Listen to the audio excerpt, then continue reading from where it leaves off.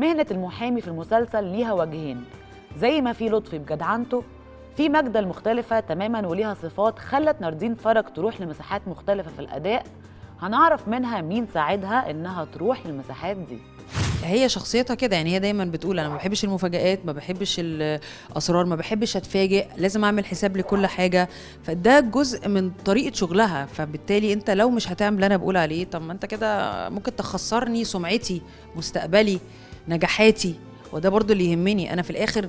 مش هاممني بس ان نعرف مين اللي قتل عصام، لا، انا عايزه انا اكسب القضيه، انا اللي عايزه اكمل نجاحات والناس تتكلم عني ومستقبلي وكده. فهي برضو فيها حته، خلي بالك، نوع من الانانيه، يعني مصلحتها. يعني احلى حاجه في ماجدة بصراحه، وقلتها كتير، يعني هو المخرج. يعني ما الاستاذ محمود عبد التواب بصراحه هو كان عنده فكر في دماغه، يعني كان شايف حاجه معينه وكان شايف ان انا ممكن اعملها، مع ان انا ما كنتش فاهمه خالص. انا ممكن اقعد ازعق بالمنظر ده، او يعني ما كنتش حاسه ان انا عندي الشخصيه القاسيه دي قوي فيا، لان انا في الطبيعي مش بزعق بالمنظر ده. بس هو كان عنده رؤيه معينه، بني ادمه ما بتتعاطفش مع حد خالص، براكتيكال جدا. يعني ما بتعملش غير اللي يخليها تكسب. مفيش احاسيس، مفيش اي عواطف مع اي حد.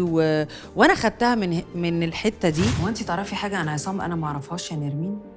كان عنده علاقات، نزوات. عمري فتشت وراه عشان ست عقل. لكن لو شكه، احنا اتفقنا ان احنا نتصارح.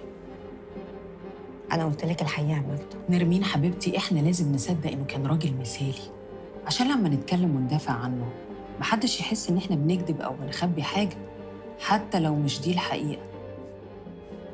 وانت عايزه تفهمينا ان في حد فينا مثالي؟ احنا بشر وبنغلط عادي.